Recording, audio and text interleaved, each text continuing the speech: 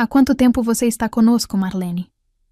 Eduardo Neves recostou-se em sua cadeira de couro, a voz estranhamente casual. Isso é uma grande conquista. 29 anos e 362 dias, para ser exata. Respondi, com o estômago revirando ao notar a pasta de papel pardo sobre a mesa. Em todos os meus anos na indústria Horizonte, nunca fui chamada ao escritório de um diretor em uma tarde de sexta-feira. Algo estava errado. Sou Marlene Rocha. Tenho 61 anos. E até 5 minutos atrás, era a diretora sênior de conformidade em uma das maiores empresas de manufatura de São Paulo.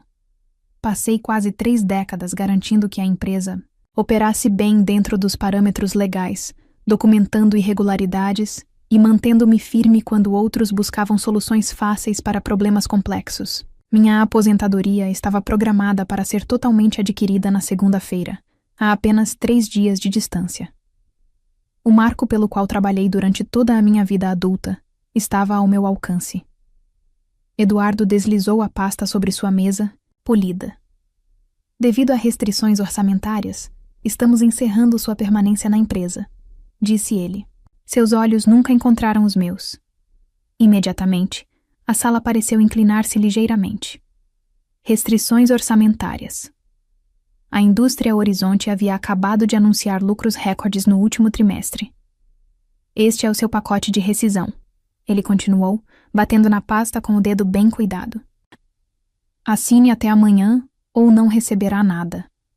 O RH irá acompanhá-la para limpar sua mesa. Eu deveria ter sentido raiva, choque, talvez até mesmo vontade de implorar. Em vez disso, uma calma estranha tomou conta de mim. Aquilo não foi aleatório, foi calculado, precisamente cronometrado para me derrubar antes que minha aposentadoria fosse concedida. Obrigada pela oportunidade, eu disse baixinho pegando a pasta. Não a abri. Eduardo pareceu surpreso com minha compostura, talvez esperando lágrimas ou protestos, mas passei minha carreira examinando padrões, e aquele era claro como o dia. Fiquei de pé, alisei minha saia e saí com minha dignidade intacta.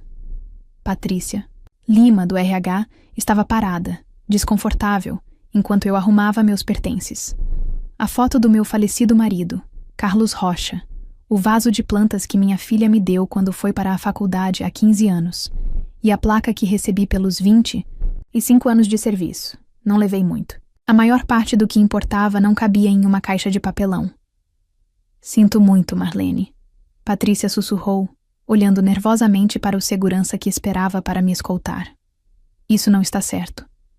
É o que é, respondi, mas por dentro eu sabia que não era apenas errado, era potencialmente ilegal.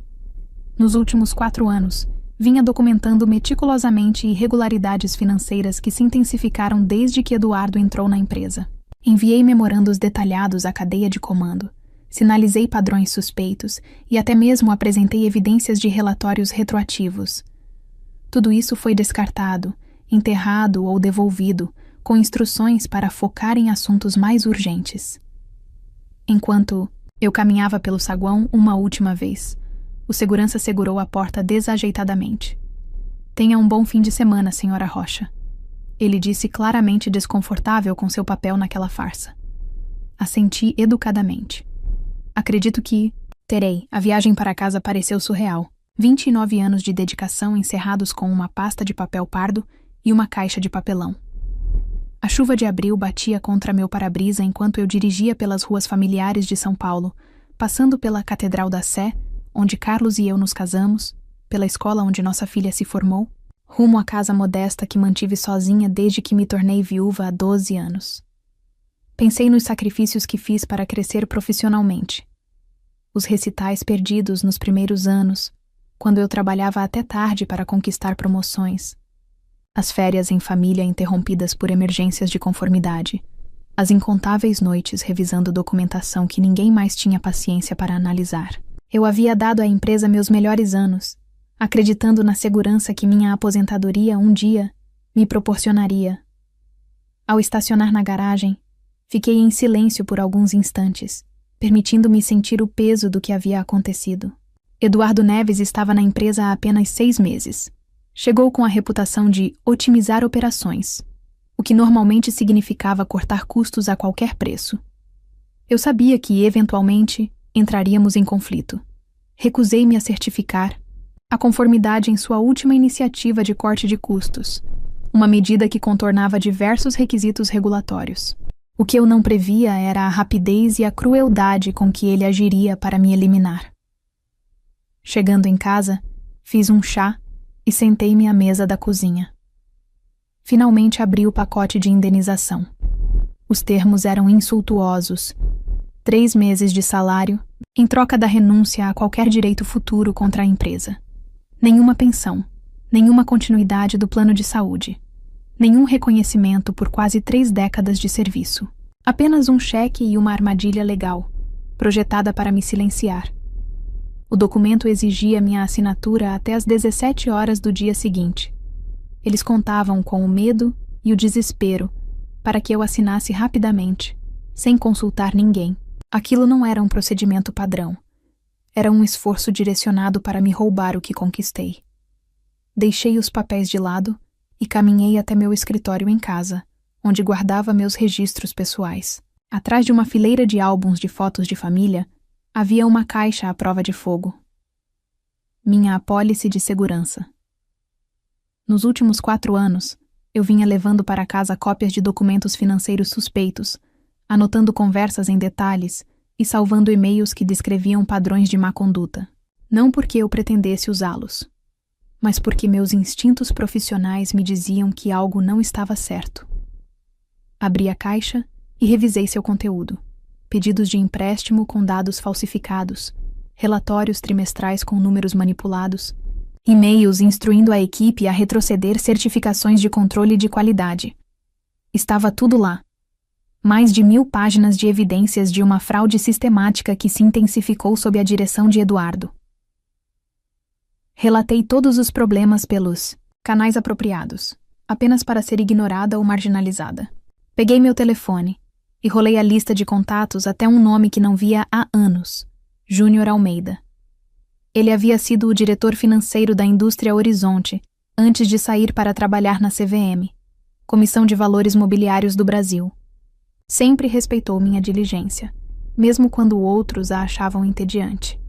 É hora, pensei, enquanto meu dedo pairava sobre seu nome. Na manhã seguinte, acordei com um propósito. Depois de conversar com Júnior por quase 2 horas na noite anterior, eu tinha um caminho claro a seguir. Vesti-me com cuidado, usando o terno azul marinho que reservei para reuniões importantes, como se me preparasse para uma batalha, e, de fato, Júnior ouviu atentamente enquanto eu descrevia a situação e a documentação que havia reunido. Sua resposta foi comedida, mas firme. Isso não é apenas uma demissão injusta, Marlene. Com base no que você está descrevendo, a Indústria Horizonte pode estar envolvida em sérias violações financeiras. O momento escolhido para a sua dispensa, às vésperas da aquisição da aposentadoria, é apenas a ponta do iceberg. Ele explicou as proteções disponíveis para denunciantes através da CVM e providenciou um encontro com sua equipe na manhã de segunda-feira. Não assine nada, alertou, e guarde esses documentos em um lugar seguro. Passei a manhã de sábado fazendo cópias de tudo, organizando as evidências cronologicamente e preparando um índice detalhado.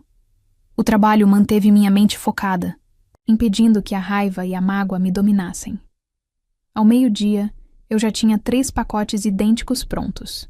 Um para a CVM, um para meus registros pessoais e um que serviria como alavanca, se necessário. Meu telefone tocou diversas vezes ao longo do dia. Patrícia do RH, Eduardo Neves e até mesmo o conselheiro jurídico da empresa. Deixei todas as chamadas irem para a caixa postal e ouvi suas mensagens, que se tornavam cada vez mais urgentes.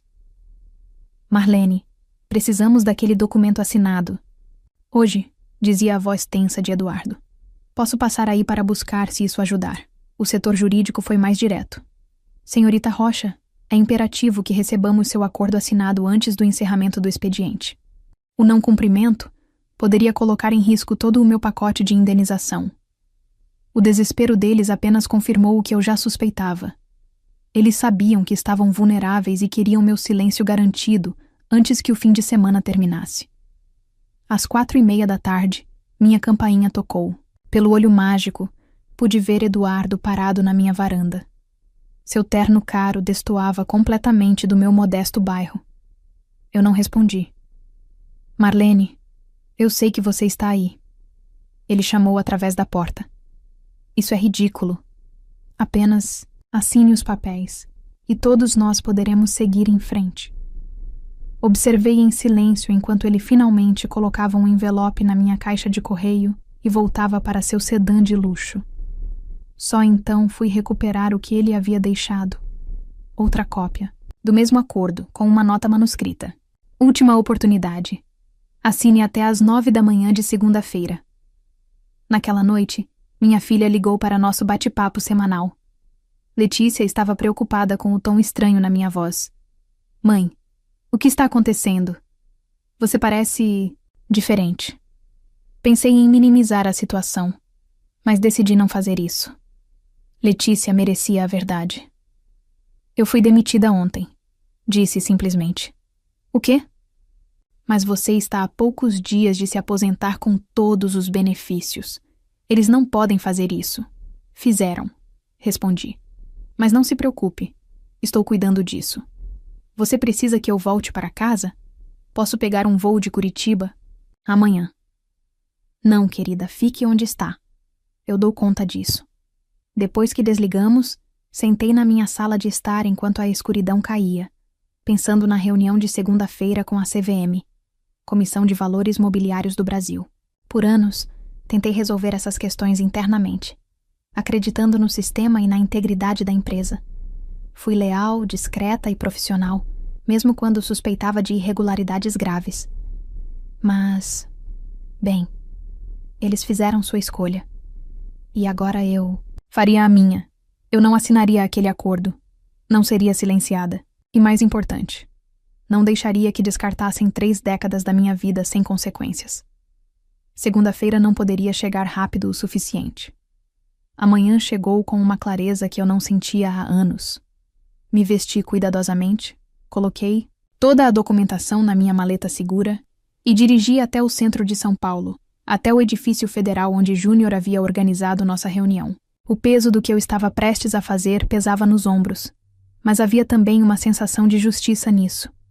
Os escritórios da CVM eram discretos, mas imponentes. Divisórias de vidro e conversas abafadas por todo lado. Júnior me encontrou no saguão, seu rosto familiar marcado por mais anos, mas ainda com a inteligência afiada de sempre. Essa é a Marlene que me lembro. Ele disse calorosamente, apertando minha mão. Gostaria que estivéssemos nos encontrando em circunstâncias melhores. É bom ver você, Júnior. Obrigada por levar isso a sério. Ele me conduziu até uma sala de conferências, onde 2 outros investigadores já me aguardavam. Fernanda Soares, advogada sênior de execução, e André Martins, contador forense. Ambos me cumprimentaram com profissionalismo. Cortesia da senhora Rocha, começou Fernanda. Antes de começarmos, quero confirmar que você entende o processo que estamos iniciando hoje. Uma vez que você compartilhe essas informações conosco, a investigação se torna oficial. Não há como voltar atrás. Assenti. Entendo completamente. Pelas próximas 3 horas, orientei-os sobre minha documentação. Apresentei os relatórios financeiros irregulares que notei pela primeira vez há 4 anos, quando as remessas não correspondiam às faturas. As certificações de controle de qualidade feitas retroativamente, depois que os produtos já haviam sido enviados. E o padrão de manipulação de receita que se intensificou nos últimos trimestres, especialmente após a chegada de Eduardo Neves. André examinava os documentos com crescente preocupação. Essas discrepâncias não são pequenas, observou. A empresa tem exagerado sistematicamente as receitas em pelo menos 18% nos últimos 2 anos. Isso é fraude de valores mobiliários. Você relatou esses problemas internamente? Fernanda perguntou várias vezes. Confirmei, mostrando cópias dos meus memorandos e e-mails. Sempre diziam que os problemas estavam sendo resolvidos, ou que eu estava interpretando mal os dados. Quando Eduardo entrou, há 6 meses, minhas preocupações começaram a ser redirecionadas para o escritório dele, e lá desapareciam completamente. Júnior se inclinou para a frente. E você acredita que sua demissão está diretamente relacionada a esses relatórios? Sem dúvida. O momento, 3 dias antes de eu adquirir minha pensão, torna tudo óbvio. Mais do que isso, eu havia sinalizado recentemente diversos problemas na última iniciativa de corte de custos de Eduardo. Ele precisava que eu saísse, antes que eu pudesse escalar mais a situação. Quando a reunião terminou, Fernanda descreveu os próximos passos. Precisaremos de sua declaração formal. A partir daí, começaremos nossa investigação, que normalmente permanece confidencial, até determinarmos se uma ação de execução é justificada. Quanto tempo isso leva? Perguntei. Varia, ela respondeu. Mas, dada a documentação apresentada e o padrão claro de má conduta, podemos agir rapidamente. Eu nem tinha chegado em casa quando meu telefone tocou. Era Patrícia Lima, do RH. Sua voz estava trêmula. Marlene, algo está acontecendo. O conselho acabou de convocar uma reunião de emergência. Eduardo está trancado no escritório a manhã toda, e há rumores de que investigadores da CVM estão entrando em contato com nosso consultor jurídico. Então começou mais rápido do que eu esperava. A CVM deve ter feito contato imediato com a equipe jurídica da Indústria Horizonte. Eu não fiquei surpresa. Você fez isso? Patrícia hesitou. Marlene, você relatou algo? Eu simplesmente fiz o que deveria ter feito anos atrás. Respondi. E a papelada da minha aposentadoria? É por isso que estou ligando. O comitê executivo está revisando sua demissão. Eles colocaram tudo em espera até novo aviso. 1 hora depois, meu telefone tocou novamente. Desta vez, era Celso Monteiro, o presidente do conselho. Um homem que mal havia reconhecido minha existência nas raras interações que tivemos. Senhorita Rocha, disse ele, com sua voz tipicamente confiante, mas visivelmente tensa. Parece que temos uma situação que requer sua contribuição. A senhora estaria disposta a vir ao escritório amanhã de manhã para discutirmos os assuntos? Receio que isso não seja possível, senhor Monteiro. Respondi. Qualquer discussão deve incluir meu advogado e, potencialmente, representantes da Comissão de Valores Mobiliários. Claro, entendo, disse ele, após um silêncio profundo. Talvez possamos combinar algo mais formal, então. Quando desliguei, não senti satisfação, apenas um cansaço profundo por tudo isso ter sido necessário. Eu nunca quis ser uma denunciante. Só queria fazer meu trabalho com integridade e me aposentar com a segurança que conquistei. Mas eu cresci. Fui forçada a isso. E agora, todos nós enfrentaríamos as consequências. Meu telefone continuou tocando durante toda a noite. Colegas buscavam informações. Executivos tentavam conter os danos. Não respondi a nenhum deles. O tempo para conversas privadas havia passado. Agora, tudo aconteceria à luz do dia. Na manhã de quarta-feira, a tempestade havia destruído completamente os negócios locais. As manchetes anunciavam a investigação da CVM sobre a Indústria Horizonte, e as ações da empresa entraram em colapso. Analistas financeiros que haviam elogiado as medidas de eficiência de Eduardo algumas semanas atrás, agora questionavam a integridade de toda a estrutura de relatórios da empresa. Recebi uma carta formal da Indústria Horizonte. O departamento jurídico da empresa retirou meu aviso de demissão e me colocou em licença administrativa, com todos os benefícios pendentes de uma revisão interna. Foi uma tentativa transparente de mitigar os danos, que chegou tarde demais, às 10 horas da manhã. Minha advogada, Patrícia Lima, acompanhou-me a uma reunião na sede da Indústria Horizonte. O mesmo segurança que me escoltou na sexta-feira, agora assentiu respeitosamente quando entramos. O clima no prédio estava tenso, com funcionários amontoados em conversas sussurradas. O burburinho cessava abruptamente quando passávamos. Fomos conduzidas à sala de reuniões da diretoria da Indústria Horizonte, onde Celso Monteiro nos esperava, junto ao conselho externo da empresa e a mais 3 membros do conselho. Eduardo. Neves estava visivelmente ausente. Obrigado por vir, senhorita Rocha, começou Celso, parecendo ter envelhecido vários anos em apenas alguns dias. Iniciamos uma investigação interna abrangente sobre as preocupações que você levantou. Patrícia falou antes que eu pudesse responder. Vamos deixar algo claro, senhor Monteiro. A senhora Rocha não levantou essas preocupações de forma repentina após sua demissão. Ela documentou e relatou repetidamente, ao longo de um período de 4 anos, conforme sua função exigia. A decisão da empresa de ignorar esses relatórios e, em seguida, demiti-la poucos dias antes da aquisição de sua aposentadoria diz muito. Celso se remexeu, desconfortável. Sim, bem. Isso é parte do que estamos investigando. Quero assegurar, pessoalmente, à senhorita Rocha que sua demissão foi rescindida. Nós a consideramos uma funcionária regular, com todos os benefícios intactos. Inclusive minha aposentadoria?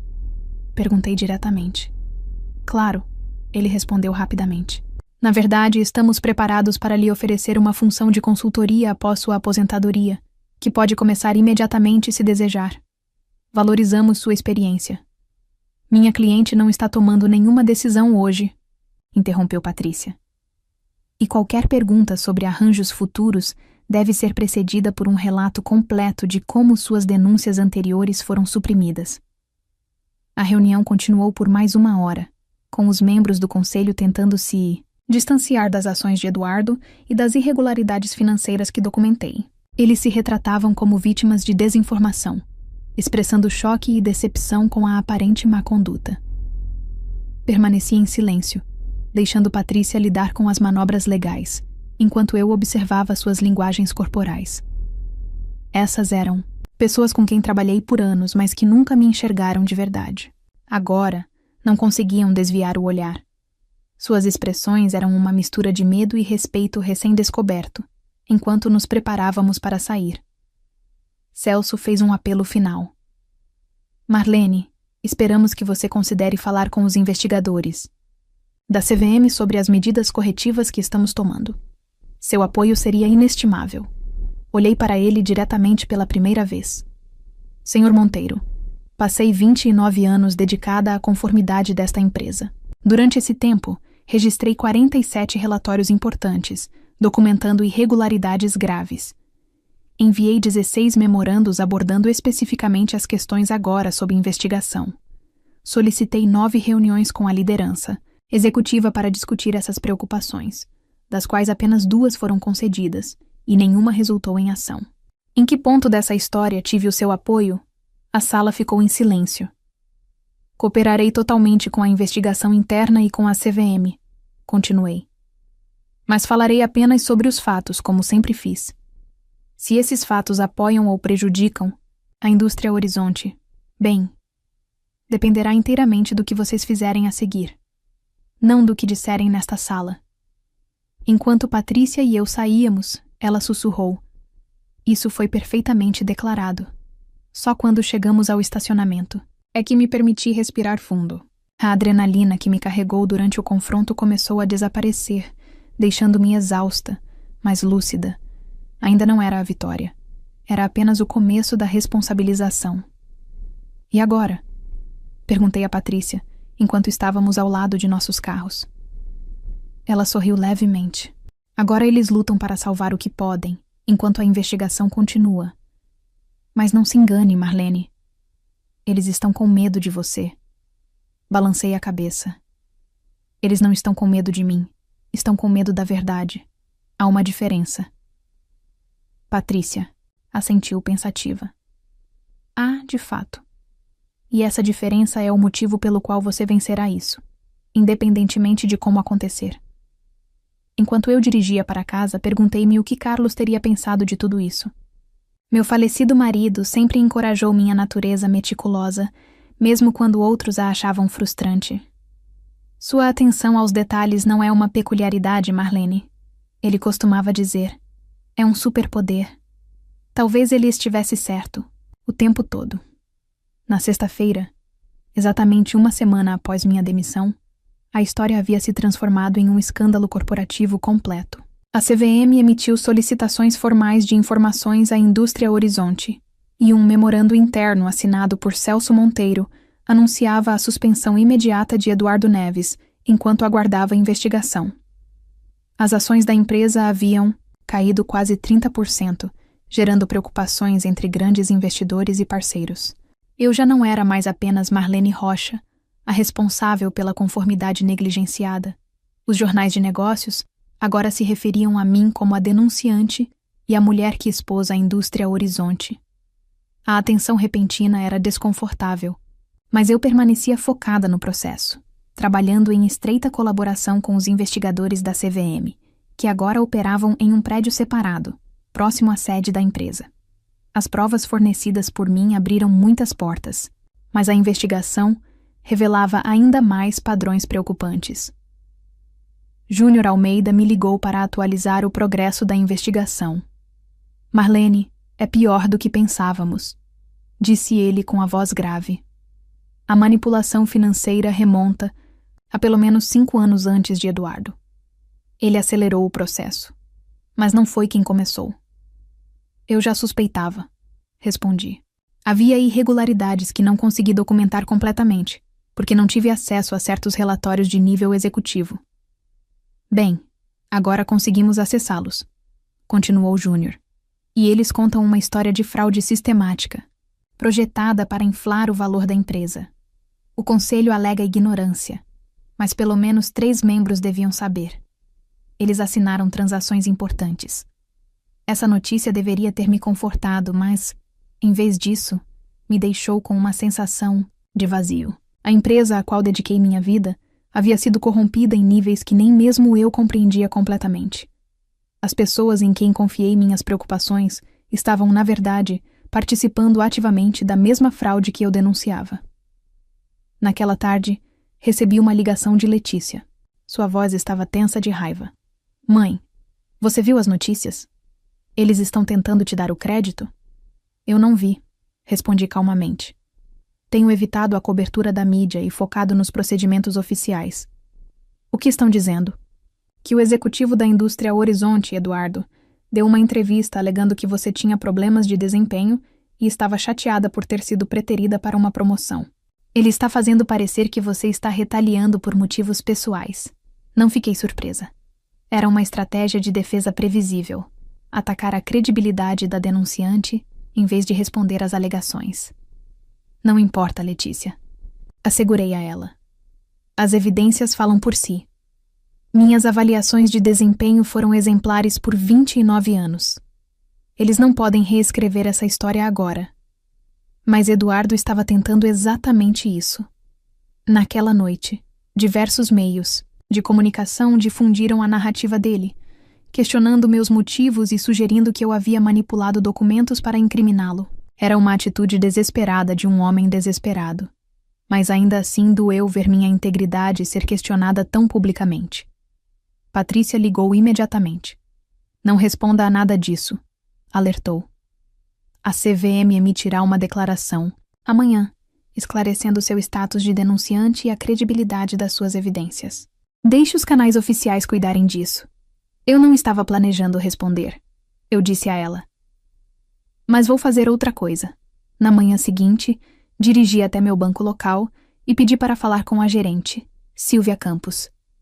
Eu a conhecia há anos, pois ela cuidava da maioria das transações bancárias locais da indústria Horizonte.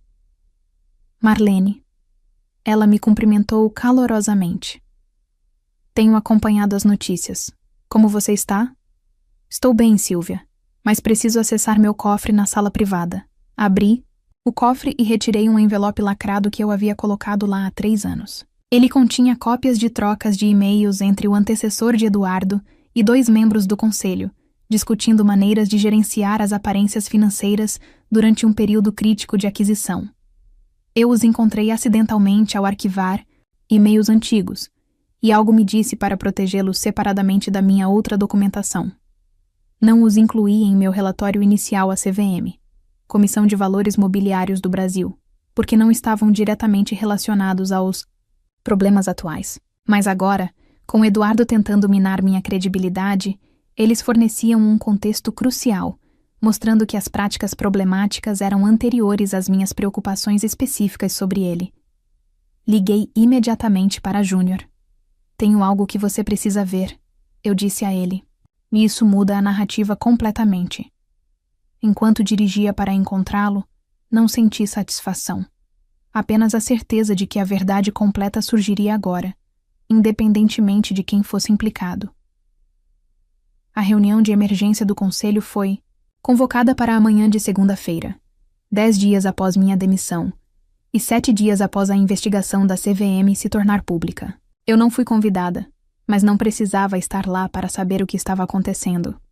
A documentação adicional que eu havia fornecido acelerou a investigação dramaticamente, implicando não apenas Eduardo, mas vários membros do conselho em um padrão de manipulação financeira que já durava anos. Júnior me ligou de fora da sala de reuniões. Está um caos lá dentro, relatou. A equipe de fiscalização da CVM acabou de apresentar suas conclusões preliminares. 3 membros do conselho renunciaram no local.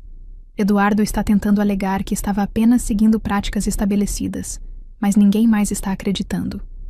Ao meio-dia, a Indústria Horizonte emitiu um comunicado de imprensa anunciando uma reestruturação de liderança e cooperação total com as autoridades reguladoras. A declaração, cuidadosamente redigida, confirmou a renúncia de 4 membros do conselho, incluindo Celso Monteiro, e a rescisão de Eduardo Neves. Por causa disso, as ações da empresa, já prejudicadas, caíram outros 12% naquela tarde. Meu telefone tocou. Era Patrícia Lima, do RH, novamente. A CEO interina quer se encontrar com você amanhã, se possível. A CEO interina era Márcia Sampaio, a ex-diretora de operações, que sempre me tratou com respeito profissional, se não com cordialidade. Concordei com a reunião, mas insisti para que acontecesse no escritório do meu advogado. Quando Márcia chegou no dia seguinte, ela parecia exausta, mas determinada. Marlene, não vou perder tempo com gentilezas, ela começou. A empresa está em crise e você está no centro dela. Não porque tenha feito algo errado, mas porque foi a única que consistentemente fez o que era certo. Ela deslizou uma pasta sobre a mesa, estranhamente semelhante à papelada de demissão que Eduardo havia apresentado apenas 11 dias antes. Isto declara oficialmente a rescisão da sua rescisão, restabelece seu emprego retroativamente e confirma o direito integral à sua aposentadoria, ela explicou.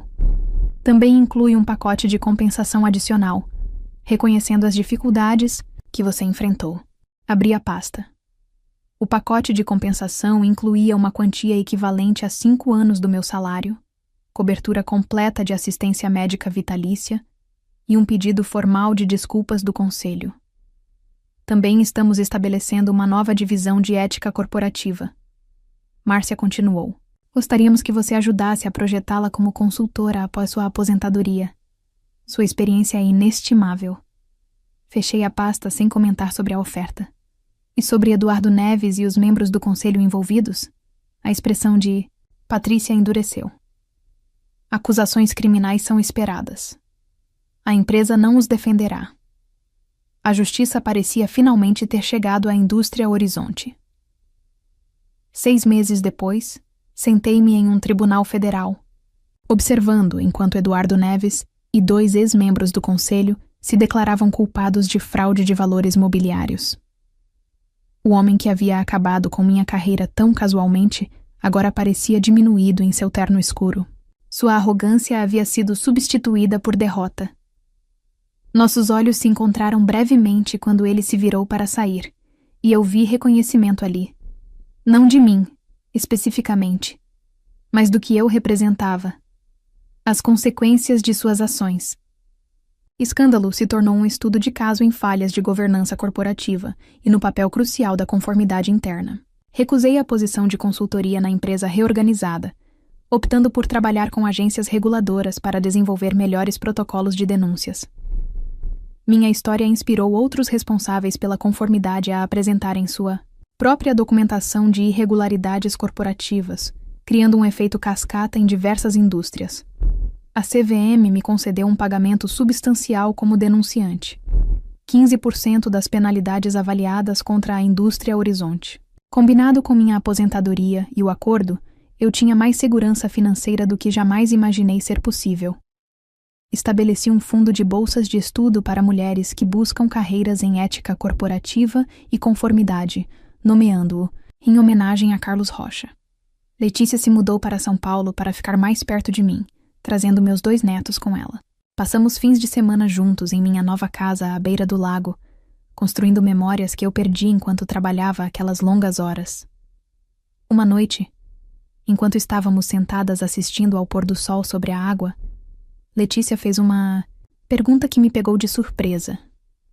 Mãe, você se arrepende de ter ficado na indústria Horizonte todos esses anos, dado como terminou?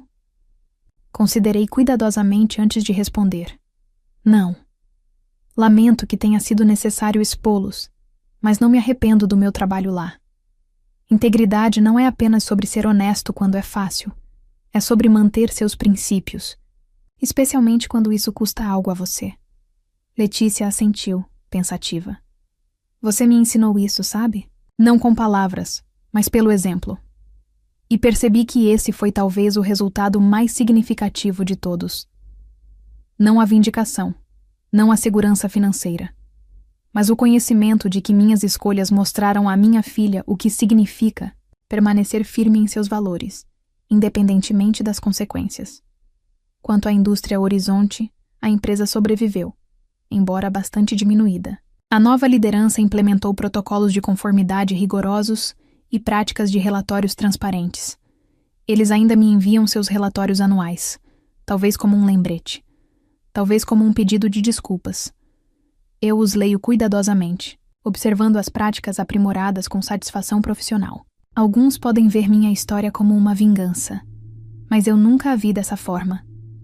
Eu simplesmente fiz o que sempre fiz. Documentei os fatos, relatei a verdade e defendi minhas descobertas. A diferença é que, desta vez, finalmente, os outros foram forçados a ouvir. Agora me diz, se estivesse no lugar da Marlene, você assinaria o acordo ou enfrentaria a empresa? E você já passou por uma situação em que seu esforço de anos foi ignorado ou traído por uma empresa? Como você reagiu? Escreve aqui nos comentários. Eu quero muito saber. Se você gostou do vídeo, clique em curtir e se inscreve no canal. Também assim você não perde nenhuma história emocionante. E não esquece, deixa também um comentário com uma classificação de 1 a 10 para mostrar o quanto você gostou. Assista também ao vídeo que agora está aparecendo na sua tela. Brava. Fiquei no portão de embarque. Minha mala em uma mão, meu cartão de embarque na outra. A excitação da tão esperada viagem em família zumbia no ar. Mas por dentro, eu não sentia nada além de uma quietude assustadora. Algo estava errado. Eu simplesmente não sabia o que ainda. Meus pais planejaram essa viagem por meses, insistindo que seria uma escapada especial só para os adultos. Uma maneira de nos reconectarmos como família, sem as distrações das crianças correndo por aí. Por mais que me doesse deixar meus 2 pequenos para trás, eu concordei. Afinal, eles me tranquilizaram 100 vezes. Manu, você merece uma pausa. As crianças ficarão bem com sua amiga. Aproveite. Só uma vez. Mamãe disse, sua voz firme, mas afetuosa. Então, eu tinha arrumado tudo. Abastecido a geladeira, deixado instruções detalhadas, feito até mesmo videochamadas com meus bebês 2 vezes antes de ir para o aeroporto. Eu estava pronta para abraçar essa rara oportunidade de ser Manu novamente. Não apenas mãe. Mas então, ela entrou. Minha irmã, Larissa. E logo atrás dela, seguindo em uma fila caótica, estavam seus 3 filhos. Crianças. Meus pais tinham me dito explicitamente que crianças não fariam parte desta viagem. Meu estômago apertou enquanto eu olhava a cena. Pequenas mochilas balançando descontroladamente. Dedos pegajosos segurando lanches, vozes infantis animadas. Eu me virei para meus pais, confusa. Não tínhamos concordado que seriam apenas adultos? Oh, Manu, não fique tão surpresa, mamãe disse, acenando desdenhosamente, como se eu estivesse fazendo um escândalo por nada. Papai riu ao lado dela. É diferente com os filhos da Larissa. Eles não dão trabalho nenhum. Sem problema, Eu encarei o mais novo da minha irmã, Tiago, que já estava subindo em um assento do aeroporto como se fosse um ginásio de escalada. Ele ria enquanto tentava pular. Larissa deve ter notado minha expressão, porque soltou uma risada suave. Relaxa. Meus filhos são anjos. Você nem vai notar que eles estão aqui. Foi quando mamãe disse as palavras que me arrepiaram a espinha. Nós simplesmente os amamos mais. No começo, achei que tinha ouvido errado. Certamente, ela não tinha acabado de dizer isso. Mas então, ela sorriu. Seus olhos brilhando, como se fosse a coisa mais natural do mundo. Como se não fosse uma faca no meu peito. Eu soltei uma risada seca, balançando a cabeça. Desculpe, mamãe suspirou dramaticamente. Oh, não seja tão sensível, Manu. Nós apenas queremos dizer que eles são mais tranquilos. Eles ouvem. Eles são mais. Ela hesitou, então gesticulou vagamente. Você sabe, mais amáveis. Senti meu rosto corar. Uma raiva lenta e ardente borbulhava sob minha pele. Minha mente voltou para meus filhos. Meus lindos e brilhantes bebês que estavam em casa agora, provavelmente se perguntando por que a mamãe teve que ir embora sem eles. Os filhos de Larissa não eram mais amáveis. Eles não eram mais merecedores. Eles eram apenas os netos favoritos. E meus filhos? Meus filhos nem sequer valiam uma passagem de avião. Você mentiu para mim, eu disse, minha voz firme. Papai soltou um suspiro cansado. Manu, não seja dramática. Você sabe o quão difícil é para a Larissa. Mãe solteira, 3 filhos. Ela precisava disso mais do que você. Mais do que eu? Olhei para Larissa, esperando que ela dissesse algo. Qualquer coisa. Algo que reconhecesse o quão errado aquilo era. Mas ela apenas deu de ombros, completamente despreocupada. Como se tivesse todo o direito de estar ali com seus filhos, enquanto os meus foram deixados para trás. Foi nesse momento que me atingiu. Isso não foi um acidente. Isso não foi uma falha de comunicação. Isso foi uma escolha. Uma escolha deliberada de priorizar Larissa e seus filhos, em vez de mim e dos meus. Uma escolha que eles nunca sequer consideraram explicar ou se desculpar. Eu cerrei a mandíbula e respirei fundo. Esse foi o momento em que soube que as coisas nunca mais seriam as mesmas. Passei anos dando desculpas para eles, me convencendo de que o favoritismo estava apenas na minha cabeça, que eu estava imaginando coisas. Mas agora era inegável, e eu tinha uma escolha a fazer: ser a filha quieta e obediente que eles esperavam que eu fosse. Ou, finalmente, me defender. Olhei para o meu cartão de embarque, depois para a minha família, depois de volta para o meu cartão de embarque. E, de repente, eu sabia exatamente o que tinha que fazer. Eles fizeram a escolha deles. Agora era a hora de eu fazer a minha. Fiquei ali, segurando minha mala com tanta força que meus nós dos dedos ficaram brancos. O zumbido do aeroporto ao meu redor desapareceu em um ruído maçante, enquanto meus pais e Larissa continuavam conversando, completamente alheios à tempestade que rugia dentro de mim. Manu, não seja tão dramática. Mamãe suspirou novamente, acenando com a mão, desdenhosa. Você está agindo como se tivéssemos deixado seus filhos na rua. Eles estão em casa, perfeitamente seguros. Meu coração martelava no peito. Não é esse o ponto, eu disse, minha voz baixa e controlada. Mas qualquer um que realmente me conhecesse teria ouvido a ponta afiada por baixo. Papai balançou a cabeça, já exasperado, como se eu fosse a única a dificultar as coisas. Manu, nós só pensamos que seria mais fácil assim. Você está sempre tão estressada com as crianças. Imaginamos que você se divertiria mais sem elas. Soltei uma risada vazia. Aquele tipo de risada que escapa quando você está a 1 segundo de perder o controle. Ah, certo. Então vocês estavam me fazendo um favor?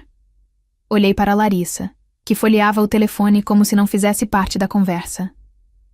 E Larissa? Vocês imaginaram que ela não se importaria em trazer os filhos dela?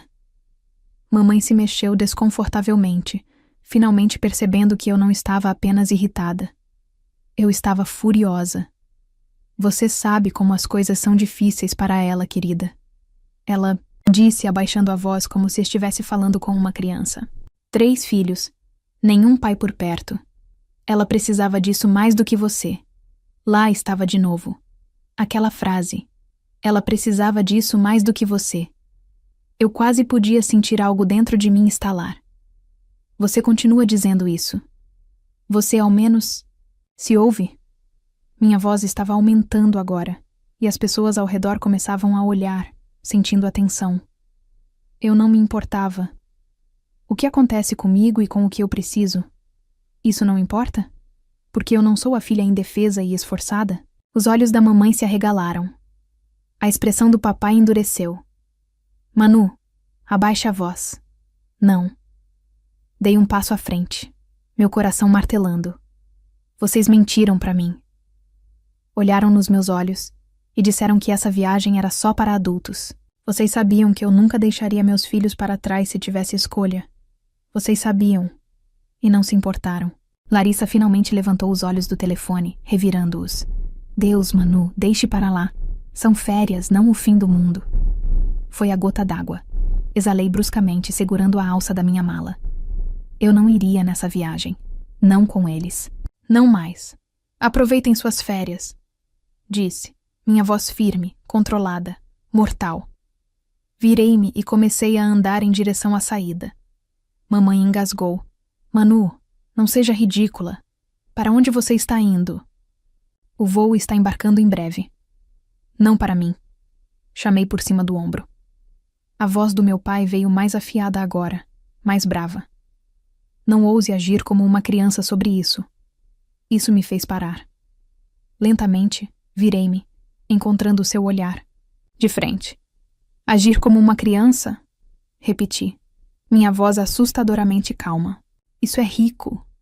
Vindo das pessoas que acabaram de me dizer, diretamente na minha cara, que amam os filhos da minha irmã mais do que os meus. Mamãe empalideceu, olhando ao redor nervosamente. Manu, querida, não quisemos dizer isso assim. Vocês quiseram dizer exatamente assim, interrompi. Sempre quiseram dizer assim. Eu que fui estúpida demais para ver. O silêncio que se seguiu foi ensurdecedor. Larissa, sempre despreocupada, suspirou dramaticamente. Jesus, Manu, pare de ser tão sensível. Meus filhos estão aqui. O que você quer que a mamãe faça? Expulsá-los? Eu ri. Uma risada amarga cortante. Não, Larissa. Eu não quero que ela os expulse. Eu só queria que uma vez na vida ela pensasse que eu era tão importante quanto você. Mamãe abriu a boca para protestar, mas eu não dei a ela a chance. Virei-me e saí do aeroporto, deixando-os para trás, sem outra palavra. Mal me lembrava da viagem de volta. Minhas mãos seguravam o volante com tanta força que fiquei surpresa por não tê-lo quebrado ao meio. Eu me sentia entorpecida, como se estivesse flutuando para fora do meu próprio corpo, assistindo a cena se repetir várias vezes na minha mente. Passei anos me dobrando pela minha família, deixando as coisas passarem, dando desculpas, me convencendo de que eu estava exagerando. Mas eles tinham acabado de provar o que eu temia o tempo todo. Eu nunca seria o suficiente para eles, não como filha, não como irmã, nem mesmo como mãe. Pensei nos meus bebês, sentados em casa, esperando por mim, esperando pelos avós que nunca os priorizaram do jeito que priorizavam os filhos de Larissa. E, de repente, eu sabia o que precisava ser feito. Isso não era apenas sobre a viagem, era sobre tudo. Cada feriado em que meus filhos ganhavam presentes menores que os de Larissa. Cada festa de aniversário em que meus pais se apegavam aos filhos dela e mal reconheciam os meus. Cada vez que eu me sentia menos. Não mais. Quando cheguei na garagem, minha mente estava decidida. Eu não estava apenas indo embora da viagem. Eu estava indo embora deles, para sempre. Fiquei sentada no carro por um longo tempo, olhando para a casa onde minhas crianças estavam me esperando. O calor do lar deveria ter me feito sentir melhor, mas tudo o que eu conseguia ouvir eram as palavras da minha mãe. Nós simplesmente os amamos mais. Aquela frase quebrou algo dentro de mim. Algo frágil. Algo que eu tentava manter unido há anos. Meus pais nunca tinham dito isso em voz alta antes, mas não precisavam. O favoritismo sempre esteve lá, persistindo logo abaixo da superfície, como uma ferida que nunca cicatrizou. Passei a vida inteira tentando ganhar o mesmo amor e aprovação que Larissa sempre teve sem esforço. E para quê? Eles me disseram, na minha cara, que meus filhos não importavam tanto. Meu peito apertou. Não mais. Eu estava acabada.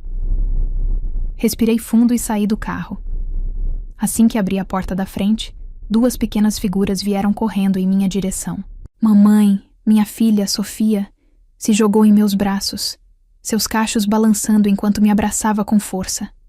Atrás dela, meu filho, Gabriel, agarrou minha perna, suas mãozinhas apertando meu jeans.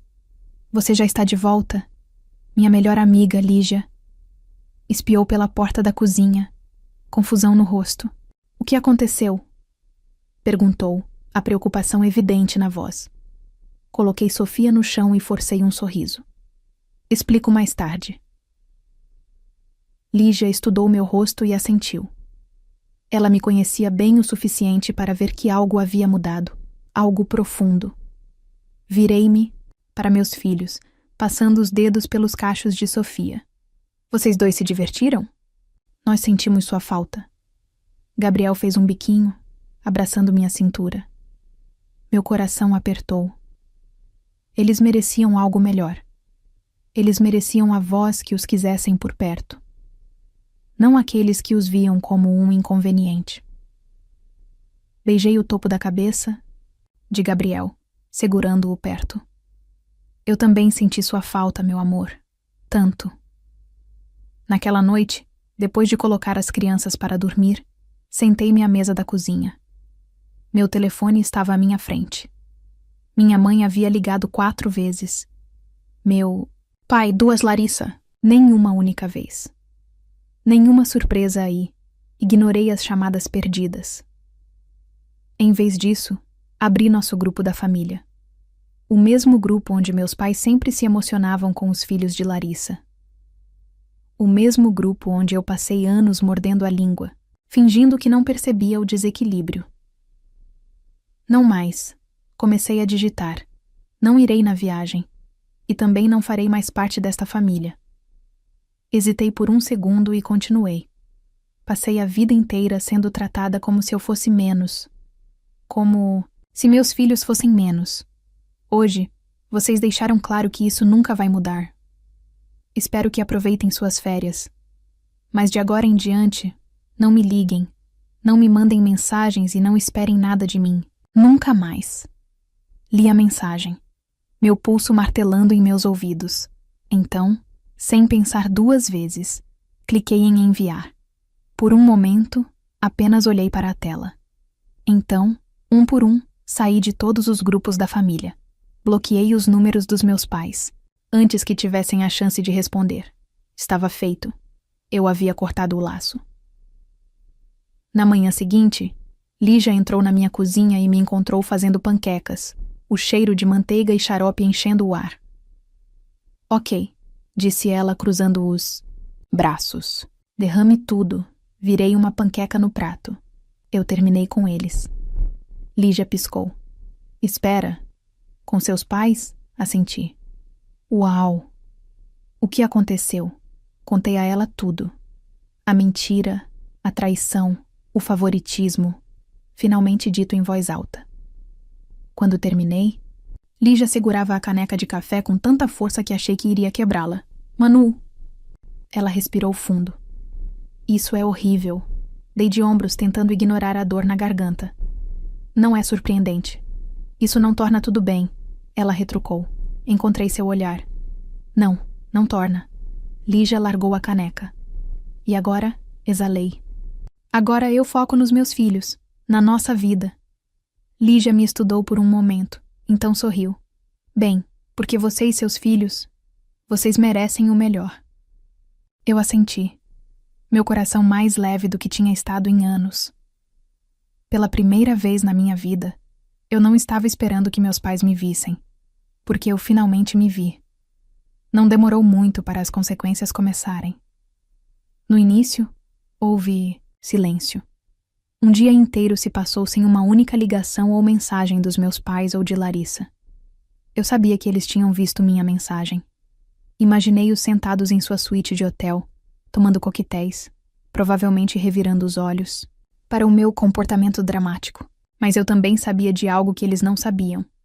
Eu não estava blefando. No segundo dia, meu telefone tocou. Era minha mãe. Eu vi a tela vibrar no balcão da cozinha e meu estômago apertou, mas eu não atendi. 1 hora depois, ela tentou novamente, mais 2 vezes naquela noite.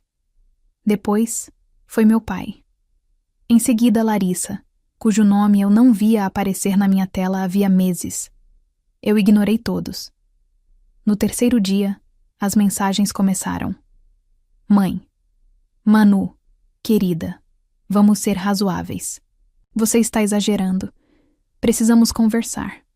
Pai, chega dessa bobagem. Ligue de volta para sua mãe. Larissa. Sério, Manu?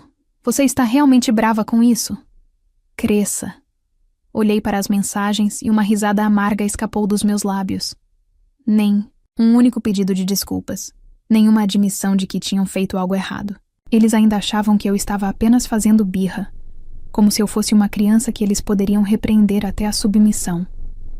No quarto dia, o tom mudou. Mãe, Manu, isso é ridículo. Nós somos uma família. Você não pode simplesmente nos cortar assim. Pai, você está sendo egoísta. Sabe o quanto fizemos por você ao longo dos anos? E então veio a mensagem que me fez sentar ereta. Mãe, Manu, seu pai e eu estamos precisando de ajuda financeira. Precisamos conversar. Pisquei para a tela, lendo a mensagem 2 vezes para ter certeza de que não estava imaginando. Ali estava, o verdadeiro motivo da preocupação repentina. Eu já esperava que isso acontecesse eventualmente, mas não tão cedo. Eles não estavam preocupados em me perder. Estavam preocupados em perder meu apoio. A percepção foi um soco no estômago. Por anos, eu me esforçava ao máximo para manter minha família feliz. Eu os ajudei financeiramente mais vezes do que poderia contar. Cobrindo contas, emprestando dinheiro, socorrendo-os quando gastavam demais com algo desnecessário. Nunca pensei 2 vezes sobre isso porque, bem, é isso que a família faz, certo? Mas olhando para trás, percebi algo. Eles nunca me ajudaram. Nem uma única vez. Nem quando. Eu estava lutando como mãe solo. Nem quando passei pelo divórcio. Nem quando mal conseguia me manter de pé. Eu estava sozinha. Enquanto isso, eles cobriam Larissa de apoio infinito, desculpas infinitas, ajuda infinita. E agora, quando perceberam que eu estava falando sério sobre ir embora, o primeiro instinto deles não foi consertar as coisas. Foi me fazer sentir culpa, me puxar de volta. Não porque sentiam minha falta, mas porque precisavam de algo de mim. Naquela noite, enquanto colocava meus filhos na cama, senti algo dentro de mim se acalmar. Eu estava farta de me sentir culpada. Peguei meu telefone, abri a conversa com minha mãe, respirei fundo e digitei. Você tem razão, mãe. Eu não posso simplesmente cortar vocês. Eu deveria ter feito isso anos atrás. Apertei enviar, antes que pudesse pensar demais. Segundos depois, meu telefone começou a tocar. Mãe, deixei tocar. Eu não estava mais jogando o jogo deles. Na manhã seguinte, acordei com uma enxurrada de mensagens. No início, eram mais do mesmo. Mãe, Manu, por favor, vamos conversar. Não é assim que as famílias se tratam. Pai, nós te criamos melhor do que isso. Mas quando eu não respondi, os insultos começaram. Você é ingrata. Você é egoísta. Você vai se arrepender disso quando nós não estivermos mais aqui. E então, o golpe final. Pai, tudo bem. Se quer agir como se não tivesse família, não volte rastejando quando perceber que cometeu um erro. Olhei para aquela mensagem por um longo tempo. Erro? O único erro foi pensar que eles se importavam comigo da mesma forma que eu me importava com eles. Tranquei meu telefone, exalei lentamente e voltei meu foco para as únicas pessoas que realmente importavam. Meus filhos. Eles eram minha família agora, e isso era mais do que suficiente. Uma semana se passou. Depois, 2. As ligações pararam. As mensagens diminuíram. Eventualmente o silêncio se instalou. E com ele veio uma estranha sensação de paz. Pela primeira vez em anos, eu não estava esperando pela aprovação deles. Não estava perseguindo o amor deles. Não estava me dobrando em nós tentando ser vista. Eu estava apenas vivendo. E ainda assim, por mais leve que me sentisse, ainda havia uma parte de mim que doía. Não pelos meus pais. Não por Larissa. Mas por outra pessoa. Ou melhor, alguém. O pai dos meus filhos. Já fazia 2 anos desde o nosso divórcio. 2 anos desde que eu oficialmente desisti de um casamento que tinha acabado muito antes de eu ter coragem de terminá-lo. E olhando para trás, não pude deixar de ver os paralelos entre ele e meus pais. Eu tinha passado minha vida inteira implorando por um amor que deveria ter sido dado livremente. O homem que não estava lá. Jason e eu nos conhecemos jovens. Jovens demais. O que começou como um romance relâmpago se transformou em um casamento construído em esperanças, sonhos e nada sólido por baixo. No começo eu achava que éramos felizes. Achava que ele era meu parceiro, meu igual, minha rocha. Mas com o tempo, pequenas rachaduras começaram a se formar. Quando eu estava grávida de Sofia, ele começou a trabalhar até tarde. Quando Gabriel nasceu, ele mal tirava os olhos do telefone. Quando eu mais precisava dele, ele nunca estava lá. Por anos me convenci de que era normal, que casamento era difícil, que era apenas uma fase, mas no fundo, eu sabia a verdade. Jason não queria ser um marido. Ele não queria ser um pai. E um dia, ele deixou isso claro. Eu simplesmente não acho que posso mais fazer isso. Ele disse isso parado na nossa cozinha, sua voz fria e distante. Eu estava segurando Gabriel nos braços, Sofia agarrada à minha perna, seus rostinhos inocentes, alheios ao momento em que seu pai decidiu ir embora. Fazer o quê? Sussurrei, já sabendo a resposta. Nada disso. E assim, ele se foi. Sem uma grande briga, sem um caso dramático, apenas um homem que nunca quis a vida para a qual se inscreveu. Sozinho, mas não realmente. No começo, eu estava apavorada. Como eu deveria criar 2 filhos sozinha? Como eu deveria equilibrar trabalho, contas, exaustão e o peso esmagador de ser abandonada? Mas então percebi algo. Eu já tinha estado sozinha. Jason podia ter vivido sob o mesmo teto, mas ele nunca esteve lá. Ele nunca foi um parceiro. Nunca foi o pai que nossos filhos mereciam. A única diferença agora era que eu não estava mais esperando por ele. E isso era libertador. Enquanto eu estava sentada à mesa de jantar com meus filhos naquela noite, observando-os rir de um jogo que tinham inventado, pensei em como a vida havia se tornado mais leve desde que cortei meus pais. Passei anos tentando fazer Jason me amar do jeito que eu precisava. Passei anos tentando fazer meus pais me enxergarem, me tratarem como igual. E, em ambos os casos, falhei.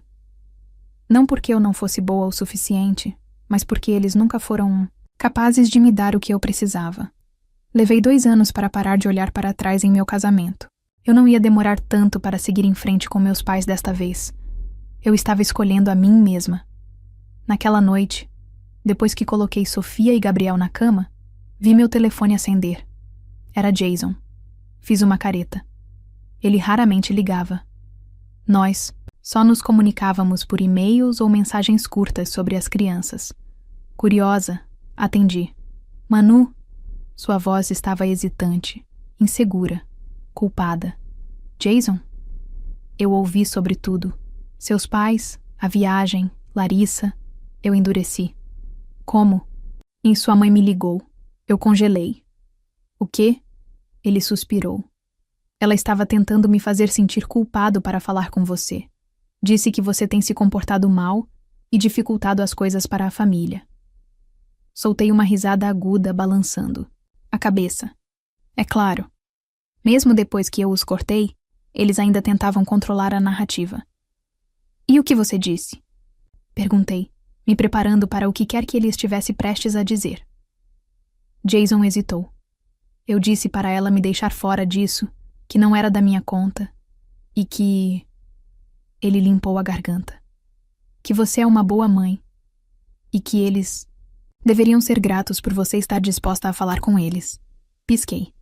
Eu não esperava por isso. Jason nunca tinha me defendido antes. Nem quando éramos casados, nem quando eu chorei, implorando para ele se fazer presente na nossa família. Uau! Disse finalmente. Isso é inesperado. É... Ele suspirou. Olha, Manu, eu sei que errei. Sei que fui um péssimo marido. Mas tem uma coisa que eu sei. Você não merece o jeito que eles te tratam. Você nunca mereceu. Por um momento não soube o que dizer. Jason e eu nunca seríamos amigos. Nunca seríamos nada além de pais compartilhados. Mas ouvi-lo dizer aquilo, admitir que via o que eu passei, foi como fechar uma porta que eu nem percebi que ainda estava aberta. Obrigada, Jason. Sim, ele soltou uma risada suave. Não se acostume com isso. A ligação terminou, e eu coloquei o telefone de lado, exalando. Eu tinha passado tanto tempo pensando em quem não estava lá por mim, mas agora eu estava pronta para focar nas pessoas que estavam. 1 mês se passou. Depois, 2. O silêncio dos meus pais se tornou permanente. Sem mais ligações, sem mais mensagens, sem mais tentativas desesperadas de me fazer voltar para suas vidas. No começo, parecia estranho. Eu tinha passado minha vida inteira orbitando em torno deles, buscando aprovação, implorando por migalhas de amor e atenção. Agora, tudo havia acabado. Mas o que mais me surpreendeu foi que eu não senti falta deles. Numa noite, enquanto preparava o jantar, Sofia entrou na cozinha, arrastando seu coelho de pelúcia atrás de si. Mamãe? Ela inclinou a cabeça. Quando vamos para a casa da vovó e do vovô de novo? Congelei. Minhas mãos apertaram a colher de pau que eu estava mexendo. Gabriel, sentado à mesa, se animou. Sim, faz muito tempo que não os vemos.